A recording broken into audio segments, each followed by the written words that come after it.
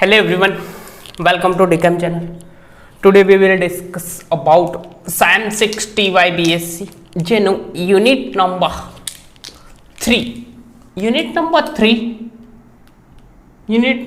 3 chemical bonding જેમાં લગભગ maximum query છે બધાને. તો આજે એક ક્વેશ્ચન ડિસ્કસ કરીશું, એના પછીના જે ક્વેશ્ચન છે એ બધા આ યુનિટના આપણે કમ્પ્લીટ કરીશું. બરાબર, તો આજે ડિસ્કસ કરવાનું છે સેક્યુલર ઇક્વેશન અથવા સેક્યુલર સમીકરણ અથવા સેક્યુલર નિશ્ચાયક. બરાબર, તો જ્યારે પણ જુદા જુદા પરમાણુઓ એકબીજા સાથે સંયોજાય, બરાબર, સંયોજાય અને શું કહેવાય બોન્ડિંગ બનાવે, તો તે વખતે એનો એક આણ્વીય કક્ષકવાદ અકોર્ડિંગ ટુ કેમિકલ બોન્ડિંગ, રાસાયણિક બંધન પ્રમાણે એનો આણ્વીય કક્ષકવાદ કન્સિડર થાય. હવે જ્યારે પણ આણ્વીય કક્ષકવાદમાં બે પરમાણુય કક્ષકો ભેગી થાય અને આણ્વીય કક્ષક બનાવે, શું બનાવે? આણ્વીય કક્ષક, અણુની કક્ષક આણ્વીય કક્ષક બને, તે વખતે થાય છે કે એનું તરંગ વિધેય. હવે તરંગ વિધેયનો કાં તો બોન્ડિંગ સાઈડ બોન્ડિંગ કક્ષક હોય, બોન્ડિંગ હોય તો તરંગ વિધેયનો સરવાળો, બરાબર, સાઈ એ પ્લસ સાઈ બી, બરાબર, બી એમઓ બને તે વખતેની વાત છે બોન્ડિંગ. અને એન્ટી બોન્ડિંગ હોય તે વખતે આ તરંગ વિધેયોની બાદબાકી થાય. તો એ જ રીતે કે જુદા જુદા n પરમાણુઓ સંયોજે, સેક્યુલર નિશ્ચાયકમાં વસ્તુ એ જ છે કે જુદા જુદા n પરમાણુઓનું રેખીય સંગઠન થાય, linear combination of atomic orbital, LCAO ની થિયરી જોવી હોય તો સેકન્ડ યર બીએસસી ના કેમિકલ બોન્ડિંગમાં મેં ઓલરેડી પુટ કરેલી છે. બરાબર, તો જ્યારે પણ n પરમાણુઓનું રેખીય સંગઠન થાય તો આ એનું તરંગ વિધેય આ રીતે લખી શકાય. જ્યારે પણ n પરમાણુ નું રેખીય સંગઠન થાય, રેખીય સંગઠન જેને કહેવાશે LCAO, linear combination of atomic orbital, સંગઠન થાય ત્યારે તરંગ વિધેય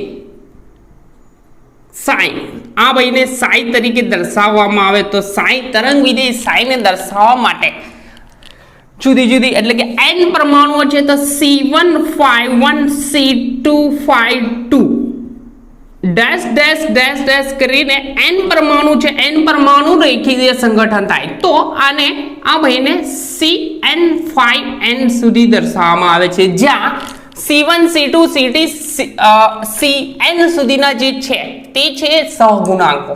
શું છે? જ્યાં C1 C2 dash dash dash CN જે છે તે શું છે? સહગુણાંક છે. શું છે? સહગુણાંક.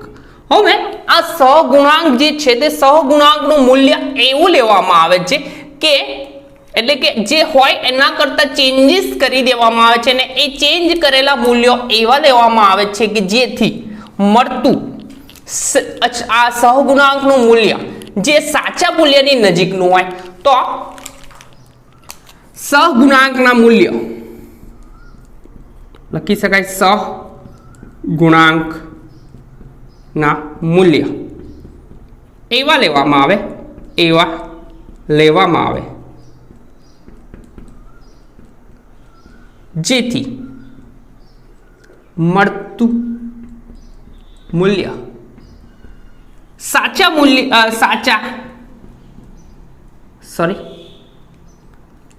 સાચા મૂલ્ય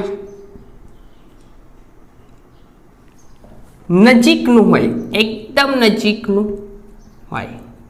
એટલે કે તરંગ વિધેયનો જે ઉકેલ હોય એ ઉકેલનું સાચું મૂલ્ય છે એના એકદમ ક્લોઝ, એટલે કે સાચા મૂલ્ય જેવું જ હોય. બરાબર, નજીકનું હોય કાં તો સાચા મૂલ્ય જેવું જ હોય, એટલે કે લગભગ એકદમ ક્લોઝ હોય, નજીકનું હોય છે. બરાબર છે. ત્યાર પછી n પરમાણુઓ એકબીજા સાથે સંયોજાય તે વખતેની વાત કરીએ તો આ n પરમાણુઓ સંયોજાય તે વખતે એમની એનર્જીની મૂલ્ય કેલ્ક્યુલેટ કરવા માટે એક ઇક્વેશન છે અને એ જ ઇક્વેશનમાં બરાબર એ જ ઇક્વેશનમાં આપણે આ વેલ્યુઓ પુટ કરીશું, પરંતુ આપણે આ n પરમાણુનું રેખીય સંગઠન જે થાય છે એની સરળતા માટે, એટલે કે આ n પરમાણુની જગ્યાએ ખાલી આપણે બે પરમાણુનું રેખીય સંગઠન થાય તો આ ઇક્વેશન કઈ રીતે લખાય, જ્યારે સરળતા માટે લખીએ, એક જ સેકન્ડ, હા, તો લખી શકાય કે સરળતા માટે ખાલી બે જ પરમાણુનું અચ્છાંદર દર્શાવતા, સરળતા માટે માત્ર બે પરમાણુ આચ્છાદન કરતા મળતું વિધેય સાઈ બરાબર શું લખી શકાય, C151 and C252, જ્યાં C1 અને C2 સહગુણાંક છે, એટલે કે જ્યારે પણ ઇક્વેશનનો યુઝ કરવાનો આવશે તો આપણે એકદમ ઈઝી પડે એટલા માટે બે પરમાણુનું રેખીય આચ્છાદન કરીશું. તો આ ઇક્વેશનને નંબર આપણે આપી દઈશું, ફર્સ્ટ નંબરનું ઇક્વેશન આપી દઈએ બરાબર. હવે આ ઇક્વેશન માટે એનર્જી કેલ્ક્યુલેટ કરવાની થાય. આ ઇક્વેશન માટે એનર્જી E નું સૂત્ર શક્તિ E બરાબર, એનર્જી E નું ઇક્વેશન છે E equal to psi Hamiltonian કારક and psi d tau summation આ ભાઈનું આપણે સંકલન કરવાનું રહેશે, d tau ડિવાઇડ બાય સંકલન psi સ્ક્વેર d tau. આ રીતનું ઇક્વેશન છે, સમીકરણ નંબર 2. હવે કરવાનું કશું નહીં કે સાઈની જે વેલ્યુ છે તે સમીકરણ, આ શક્તિનું સમીકરણ છે, એનર્જીનું સમીકરણ છે, એમાં પુટ કરવાનું છે બરાબર. તો આ શક્તિના સમીકરણમાં મેં વેલ્યુઓ પુટ કરી, સાઈની વેલ્યુઓ કઈ છે, આ જ છે. તો n પરમાણુનું રેખીય સંગઠન થાય તો તરંગ વિધેય સાઈનું મૂલ્ય સાઈ બરાબર C151 C252 C353 dash dash dash n Cn5n થશે, જ્યાં C નું મૂલ્ય શું જોઈએ, સહગુણાંકનું મૂલ્ય એવું લેવામાં આવે, એટલે કે જે હોય એમાંથી ચેન્જીસ કરીને એવું મૂલ્ય લેવામાં આવે કે જે મળતું મૂલ્ય સાચા મૂલ્યની નજીકનું હોય બરાબર. તો બે પરમાણુ રેખીય સંગઠન જ દર્શાવવાનું છે આપણે, એટલે કે આપણે ઇક્વેશન એનર્જીનું જે ઇક્વેશન છે એમાં આપણે વેલ્યુઓ પુટ કરીશું બરાબર. તો વિધેય સાઈ એકલું રવા દઉં છું, બીજું બધું રફ કરી દઉં છું બરાબર છે, આ બી રફ કરી દઈએ. તો આપણે સાઈની વેલ્યુ પુટ કરવાની છે બરાબર. તો સાઈની વેલ્યુ આપણે પુટ કરીશું એટલે આપણને મળશે ઇક્વેશનમાં, આપણને મળશે શું, એનર્જી નું સૂત્ર, energy E equal two E ની વેલ્યુ પુટ મળશે. તો E ની વેલ્યુ કઈ છે તે જોઈશું બરાબર છે. તો ઇક્વેશનમાં આપણે વેલ્યુઓ પુટ કરીશું સાઈની, વેઇટ રફ કરી દો.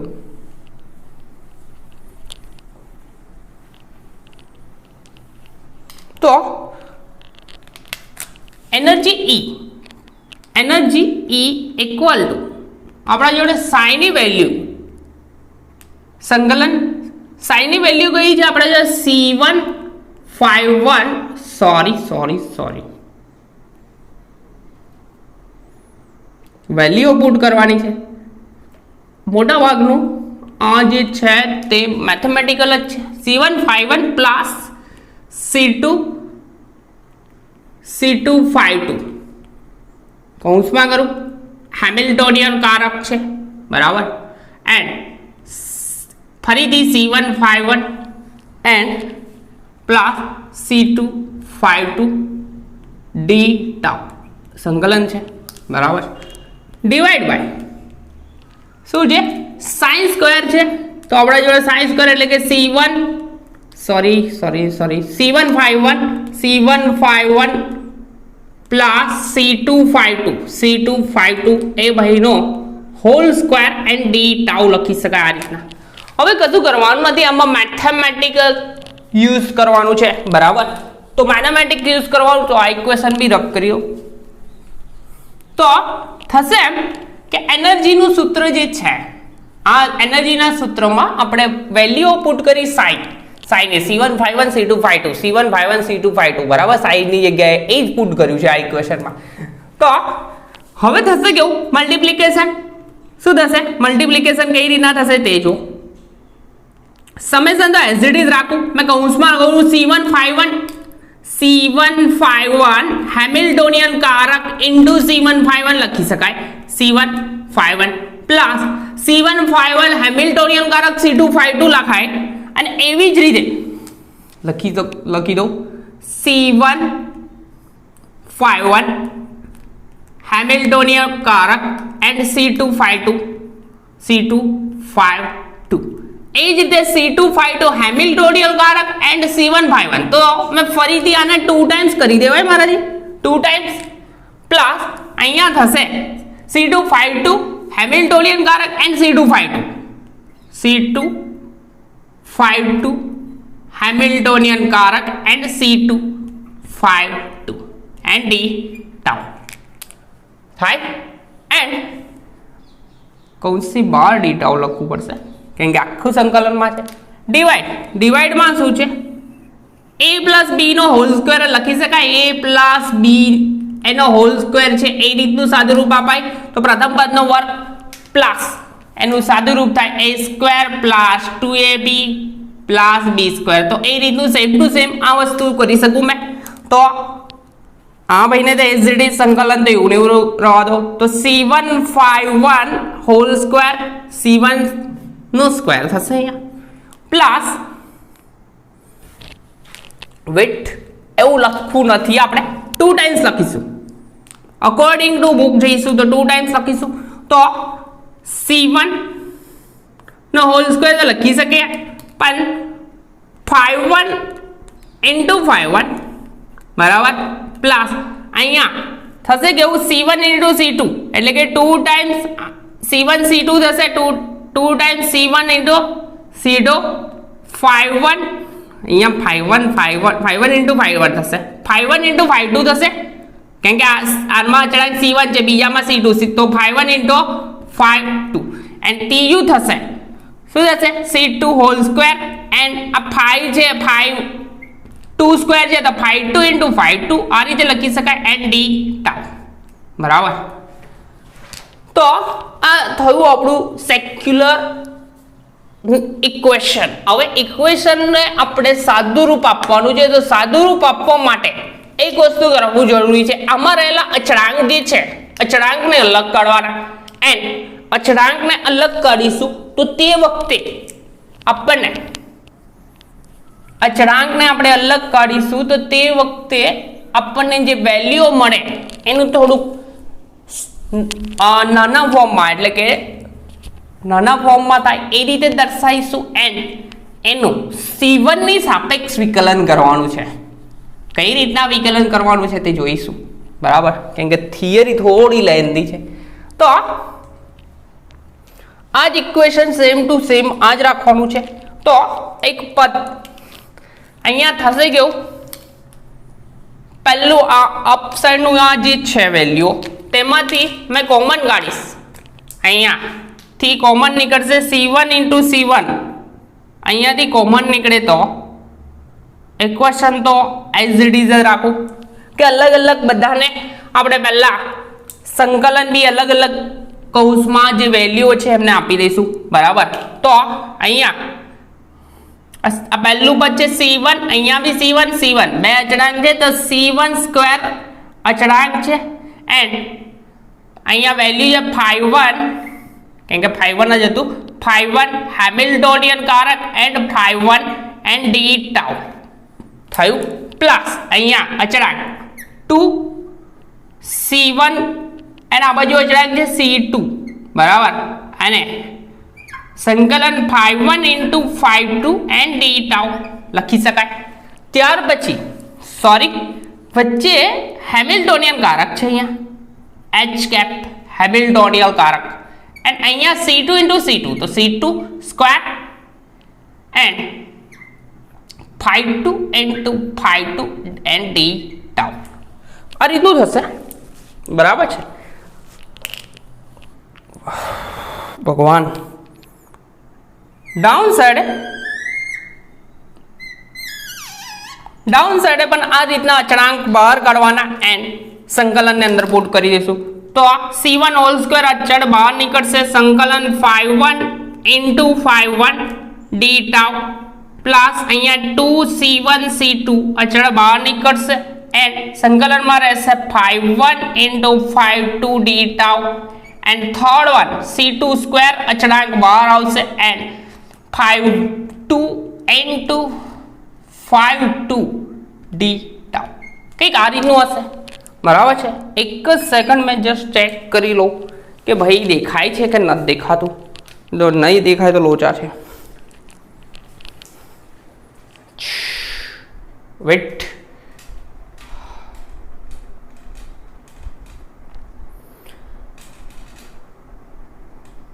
ઓકે થોડું દૂર લઈ લો પરફેક્ટલી આવી જશે રેડી વેટ હા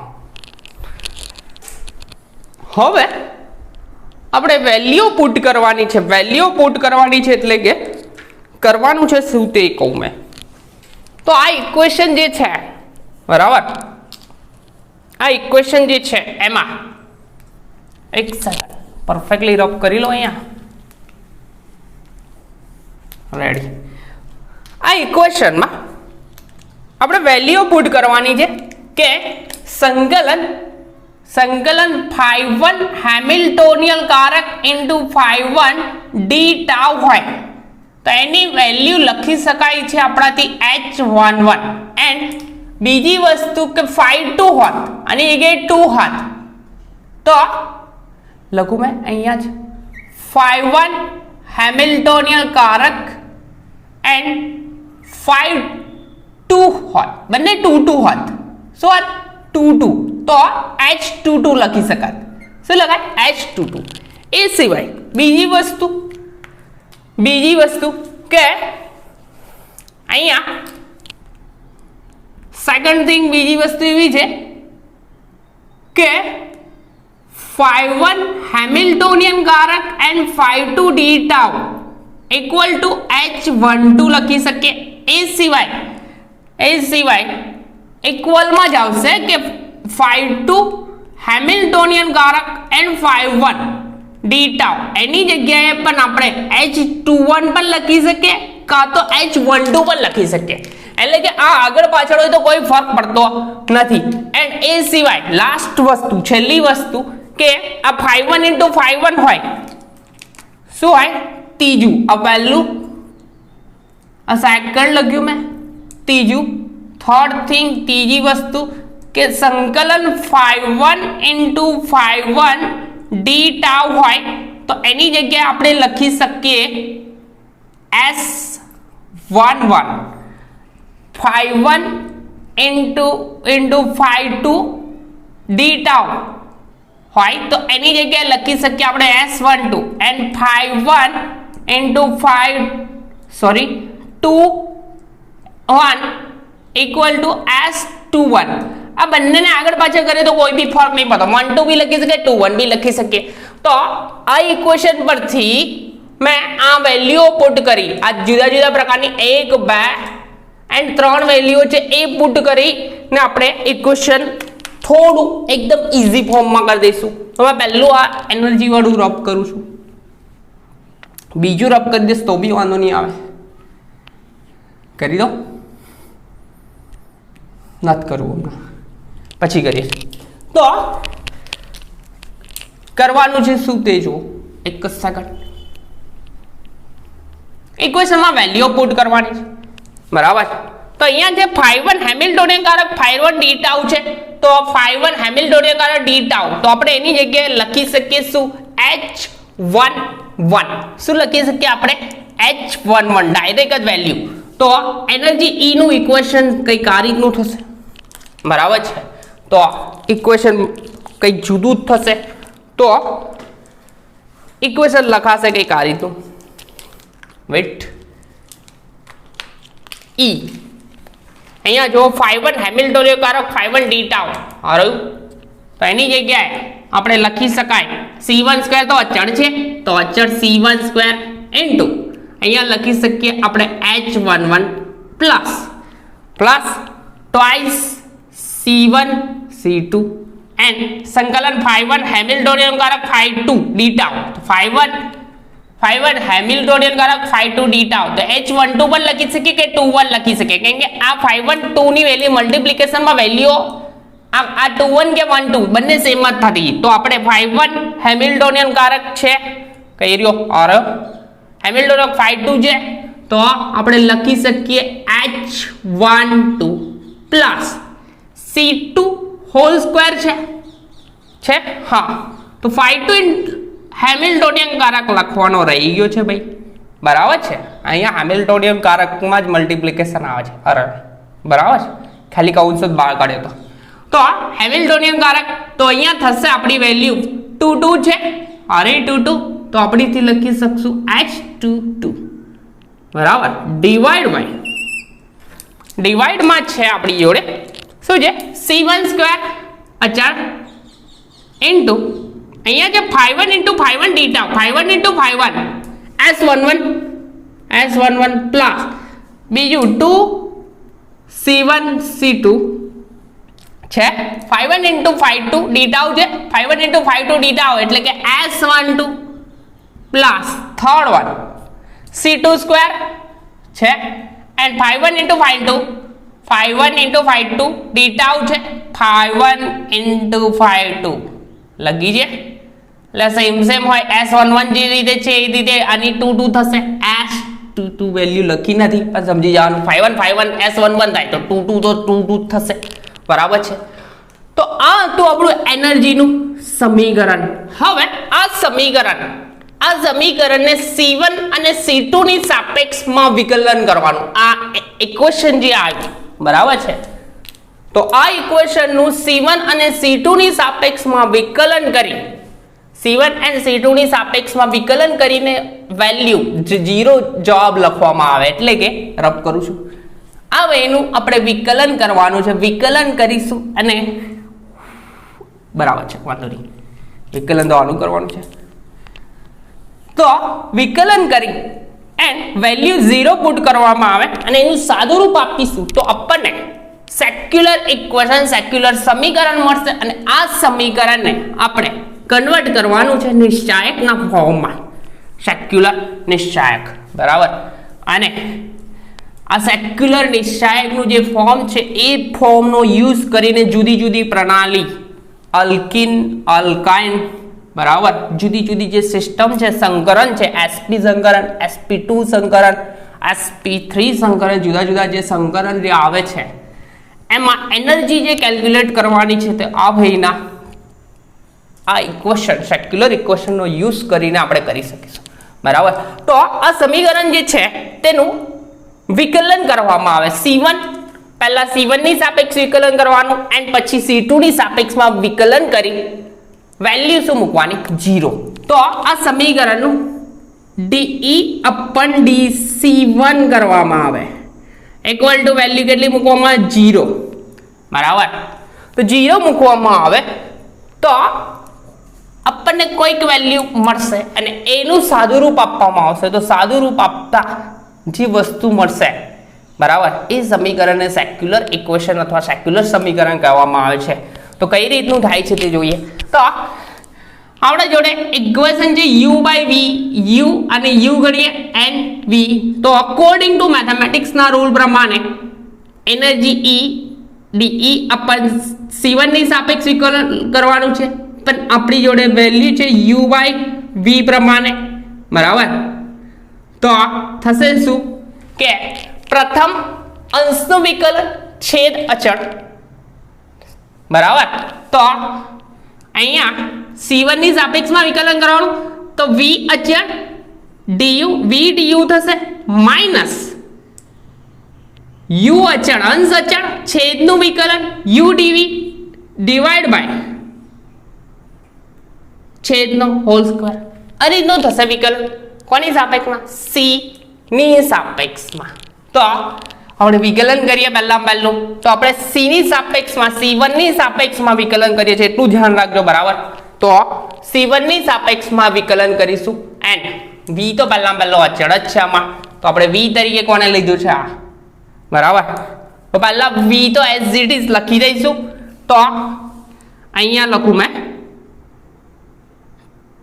થોડી સ્પેસની de upon dc1 બરાબર C1 ની સાપેક્ષ વિકલન છે તો પહેલી વસ્તુ કે આપણા જોડે છેદ અચળ છે કોણ છેદ તરીકે v છે તો v તરીકે C1 whole square into S11 plus twice C1 C2 S12 plus C2 square S22 થશે અચળ du અંશનું વિકલન કરવામાં આવશે તમે અલગથી લખું છું પેનથી તો એક્ઝેક્ટ તો C1 ની સાપેક્ષ વિકલન તો અહીંયા થશે શું થશે twice C1 થશે into H11 પ્લસ અહીંયા C1 ની સાપેક્ષ તો અહીંયા C છે તો C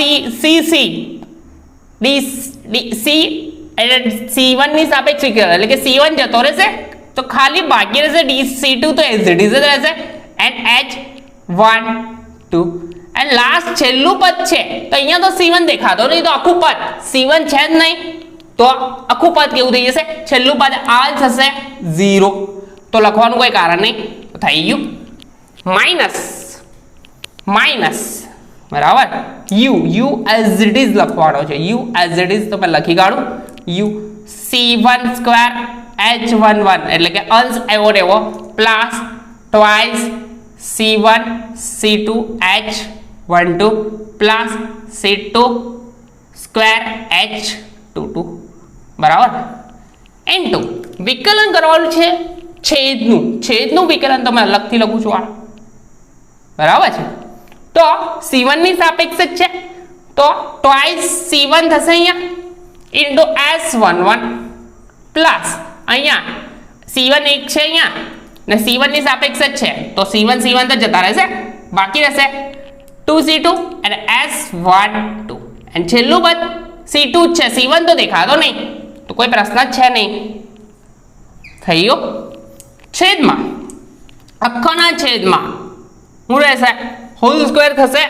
તો હોલ સ્ક્વેર કરી દઈએ કોનો v સ્ક્વેર થશે v તો છેદ તરીકે આ છે v તો એનો હોલ સ્ક્વેર કરવાનો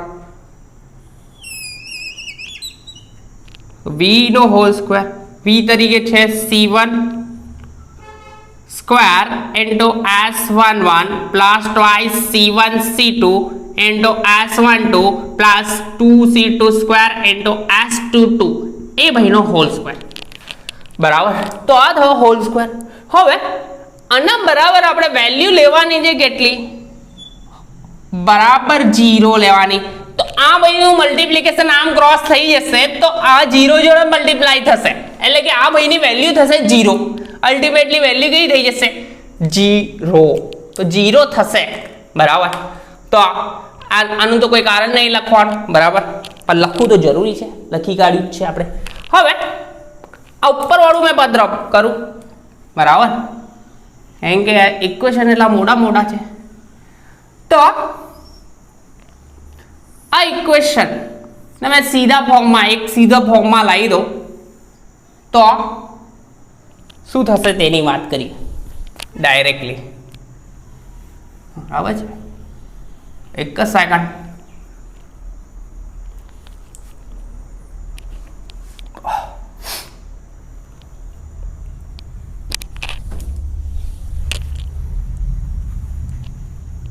તો આ મલ્ટીપ્લાય વિથ 0 થશે એટલે કે સામેની સાઈડ થશે એટલે કે 0 થઈ જવાનું છે તો આપણા જોડે આ સાઈડે વધશે સો ધેટ કરું છું આના બરાબર તો 0 મૂક્યા છે આપણે એટલે કે મેં લખી શકું C1 square S11 plus twice C1 C2 into S12 plus C2 square and S22 into twice C1 H11 plus twice C2 into H12 equal to આ તો 0 થયું તો આ સાઈડ ઓલું આ ઇક્વલની હેલી સાઈડ લઈ ગયો એટલે કે પ્લસમાં થશે તો C1 square H11 plus twice C1 C2 into H12 into C2 square H22 into અહીંયા બંનેમાં દેખાય છે કોમન દેખાય છે 2 અહીંયા મેં 2 બહાર લખી શકું 2 C1 S11 plus C2 S12 થાય અને અહીંયા બી કોમન બહાર નીકળે તો આખા સમીકરણને મેં 2 વડે ભાગું સમીકરણને તો અહીંયા મેં લખી શકું સમીકરણને 2 વડે ભાગો ભાઈ બંધ થઈ ગઈ તો સમીકરણને 2 વડે ભાગવામાં આવે તો સમીકરણને 2 વડે ભાગતા દેખાય છે 2 વડે ભાગવામાં આવે 2 વડે એટલે કે આ સાઈડેથી 2 વાળું આ કોમન નીકળ્યું તે બી કેન્સલ આઉટ થઈ જાય એન્ડ બીજી સાઈડ એટલે કે બીજી સાઈડ આ 2 છે એ બી કોમન નીકળી કેન્સલ અને આ બી જશે તો આ રીતનું થશે કંઈક હવે બીજી વસ્તુ કે આપણે એક ઇક્વેશન નંબર 1 લીધું હતું ઇક્વેશન નંબર 1 C1 H11 વાળું હતું એ એના છેદમાં આ ભાઈ છે તે આખો v છે આ જે છે હોલ સ્ક્વેર કર્યો તો આ v કહેવાય આ બી v છે તો આ u છે ને આ v છે u ને v ને એક સાઈડે ભેગા કરવામાં આવે તો શું થાય છે તે તો કેવી રીતના થશે તે કેમ કે ઇક્વેશન છે કેવું હા તો અહીંયા છે તો થશે કેવું આ ઇક્વેશનમાં કે આ અપ સાઈડ છે તો આની નીચે ડાઉન સાઈડમાં જતું રહે કઈ રીતના તે આ C1 H11 as it is લખું ને C2 H12 as it is લખું એન્ડ આ સાઈડે વાળું ડાઉન સાઈડ અહીંયા આવી જાય C1 S11 plus C2 S12 થયું આ સાઈડેથી આમ લાવો ડાઉન સાઈડે કેમ કે ઇક્વેશન આમ જ છે ભાઈ કન્ટિન્યુમાં જ છે તો ડાઉન સાઈડે આ અહીંયા થશે એન્ડ એલો ભાઈ તો ઇઝીડી જતો તો રહો તો મેં ગ્રીન પેનથી લખું C1 square H11 plus C2 નહીંતર આ ભાઈને તૈયાર રાખીશ ચલો નહીં લઈ જવો આ ડાઉન સાઈડ લાવો જ નહીં બરાબર છે કેમ કે નથી લાવો એનું રીઝન છે સમીકરણને 2 વડે તો ભાગી તું આગળ એ તો પ્રશ્ન નહીં 2C1 C2 H12 and C2 square and H22 આવું હતું એન્ડ ડાઉન સાઈડે આ વેલ્યુ નીચે લઈ લો આ સાઈડેથી ડાઉન સાઈડે લઈ આવું તો અહીંયા લખું મેં પિંકથી લખું ચાલશે પિંકથી નહીં લખું તો બી તો અહીંયા થશે C1 square S11 plus 2C1 C2 S12 and C2 square S22 તો આ જે વેલ્યુ છે તે e બરાબર છે એન્ડ આ લોકોના મલ્ટીપ્લિકેશનમાં આ જુદું છે ભાઈ અહીંથી બરાબર આ લોકોના મલ્ટીપ્લિકેશનમાં આ તો એઝ ઇટ ઇઝ રહેશે C1 S11 plus C2 S12 આ ઇક્વેશનના મલ્ટીપ્લિકેશનમાં રહેશે તો આના બરાબર આપણે મૂકી શકીએ એનર્જી E નું સૂત્ર આ જ હતું કયું આ બરાબર U હતું અને ડાઉન સાઈડે V હતું જોયું તો બુક લઈને બેસશો તો એક્ઝેક્ટલી આઈડિયા આવશે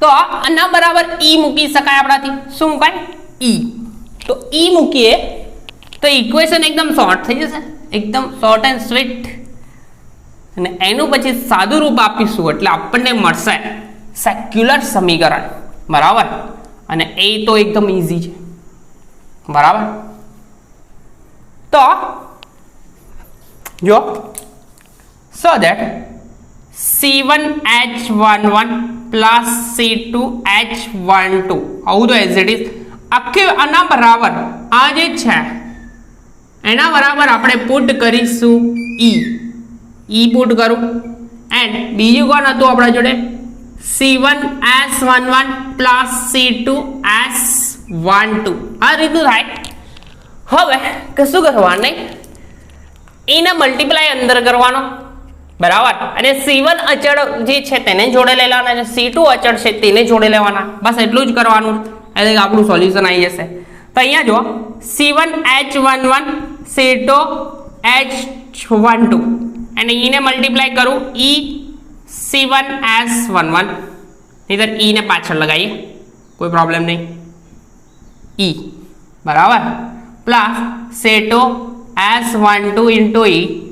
તો અહીંયા જો C1 વાળા એક જોડે સાથે મૂકીશું, તો મૂકો બે, તો C1H11 minus C1S11 into E થાય plus C2H12 minus C2S12 into E equal two 0.